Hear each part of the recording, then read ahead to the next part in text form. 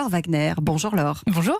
Merci d'être avec nous. Vous êtes la fondatrice d'1 kilomètre à pied. Vous avez 37 ans et vous avez lancé une plateforme de gestion des trajets domicile-travail. Alors vous êtes experte en mobilité durable et vous avez voulu donner en quelque sorte aux entreprises des outils pour qu'ils créent les plans de mobilité. C'est quelque chose qu'on ne sait pas mais c'est obligatoire désormais.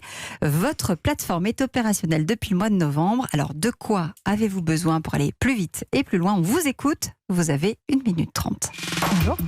Eh bien effectivement, je cherche à convaincre les entreprises à se préoccuper des trajets domicile-travail de leurs salariés.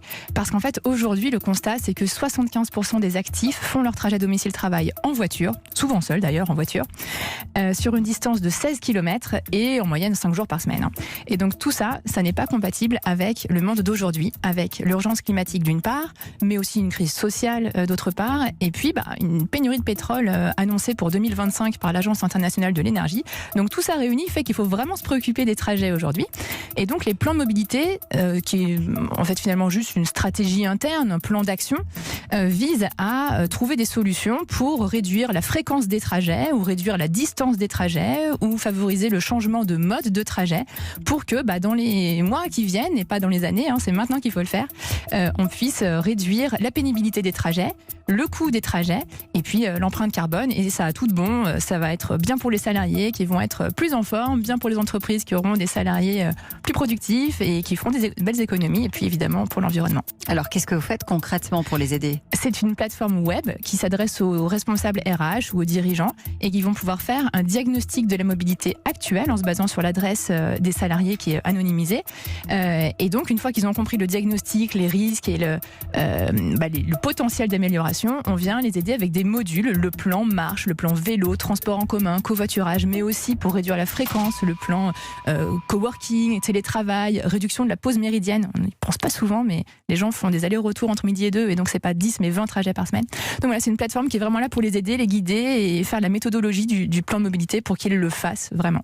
Pour qu'ils le fassent vraiment, alors est-ce que vous avez convaincu nos experts? On va leur poser la question tout de suite avec 1 kilomètre à pied. Catherine, qu'est-ce que vous en pensez? Alors effectivement, moi je travaille beaucoup sur l'enjeu de la qualité de vie au travail, donc évidemment s'intéresser à son salarié et au fait qu'il puisse rester dans son entreprise, parce que je pense que vous devez avoir des chiffres aussi. Quel est le pourcentage de salariés qui vont changer d'entreprise parce qu'ils font un trajet trop long, par exemple? Ça c'est un vrai enjeu, j'imagine. Effectivement, un des arguments du fait de travailler sur la mobilité, c'est de baisser ce qu'on appelle le turnover. Donc vraiment les salariés qui partent, qui démissionnent parce que, pour d'autres raisons aussi, mais le trajet y contribue. Et c'est très très cher pour les entreprises. Donc quand nous on arrive avec un argument qui va faire réduire cet indicateur clé pour les DRH, effectivement on est regardé de près. Pierre Entremont. Non, moi, ce que je trouve vraiment super, c'est que vous êtes sur les 3 niveaux, à la fois d'un bénéfice économique, d'un bénéfice bien-être des salariés et d'un bénéfice écologique. Et c'est rare d'avoir des projets qui sont vraiment pertinents à ces 3 niveaux-là. Donc ça, je trouve ça déjà super. Et je me demandais ensuite comment ça fonctionne. Donc il y a la partie logicielle, avec de la data, etc. Mais j'imagine que les entreprises ne sont pas forcément matures pour savoir gérer cette data. Donc vous avez aussi une casquette de consultant pour les accompagner ? Alors, on met toute notre expertise de consultant dans la plateforme pour justement démultiplier les faits. Parce qu'un consultant va peut-être pouvoir faire 10-15 plans de mobilité par an. Nous, on espère en faire 10-15 par semaine, voire plus tard par jour, en fait. Tout est dans la plateforme. Les chiffres, effectivement, qui sont un peu compliqués à saisir, nous, on les a transformés en data visualisation. Donc vraiment, ça permet aux chefs de projet de faire valider ça de manière très sereine, en rendez-vous, tout le monde comprend bien.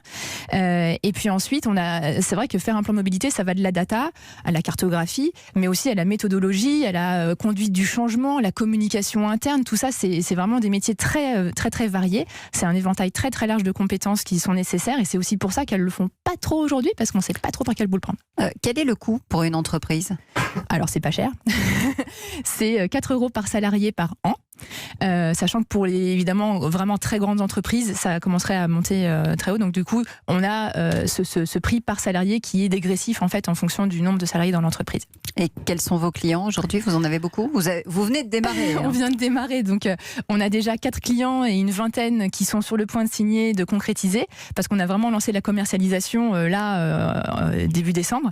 Et donc nos clients sont en fait, il y a deux profils, on va dire. Il y a ceux qui déménagent, qui prévoient de déménager leur siège social, et donc là c'est vraiment le bon moment pour changer la mobilité, et puis surtout ils sont un petit peu inquiets en fait que les trajets de leurs salariés deviennent plus longs, donc ils n'ont pas envie de perdre leurs effectifs. Donc on les aide justement à comprendre ça et à faire leur plan de mobilité, parce que c'est un bon moment pour aller vers plus de vélo, de covoiturage, etc.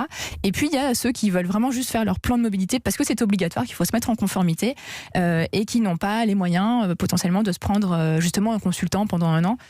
Donc là, dans la plateforme, il y a tout, on les guide. Catherine? Et il faut aussi dire que les salariés sont de plus en plus quémandeurs en fait. Il y a une notion de fierté de pouvoir aller au travail à vélo, de pouvoir faire du covoiturage. Pour le salarié aussi, il dépense moins d'essence. Il y a quand même un avantage aussi là-dedans. C'est vertueux à 360 et c'est peut-être les salariés qui vont l'imposer de plus en plus aux entreprises, ces plans de déplacement qui n'étaient pas forcément mis en place. Et une fois que l'entreprise a son plan de mobilité qui est dessiné, est-ce que les actions à mettre en œuvre, elles, sont coûteuses? Est-ce que ça peut être un frein dans un deuxième temps pour agir? Alors il y a plein de choses qui ne sont pas coûteuses du tout, qui sont juste des pratiques managériales comme le télétravail, en faire 2 jours au lieu d'1 ou même de 0, c'est mieux. Le covoiturage, ça coûte rien du tout. Aider la pratique du vélo, va peut-être y avoir un petit peu de travaux, mais il y a des aides de l'ADEME pour les mettre en place. Donc non, c'est vraiment pas, ceux qui l'ont fait disent c'est pas un problème de budget, c'est juste un problème souvent de bande passante de l'équipe RH qui n'a pas le temps, pas l'expertise, et c'est pour ça que j'ai créé cette plateforme. Pierre? Et alors là, vous êtes du coup tout au début, mais si on prend dans les 4 boîtes avec lesquelles vous travaillez, celle avec laquelle ça se passe le mieux, est-ce que vous avez déjà pu quantifier les impacts, alors en carbone, en euros, en temps, tout ça? Alors pas encore, parce que le projet est en train d'être déployé, mais par exemple, un de nos clients est en Bourgogne, et typiquement il n'y a rien d'autre à faire que le covoiturage. Il n'y a pas de transport en commun, le vélo c'est compliqué parce qu'il n'y a que des départementales autour, et donc typiquement grâce à notre plateforme, ils voient quels petits groupes de 3, de 2, de 4, etc. sont un petit peu éparpillés comme ça autour dans la région, et ils sont en train, c'est un restaurant en fait, où il y a des gens qui ont des shifts en fait, certains sont du matin, du milieu de journée, du soir, ils sont en train de leur proposer, les petits groupes de 3, de 4, d'être alignés sur les mêmes horaires pour pouvoir covoiturer et faire 150 € d'économie par mois. Ça s'appelle 1 kilomètre à pied. Vous nous donnerez évidemment des nouvelles de votre déploiement. On y croit, en tout cas ici dans la France Bourg.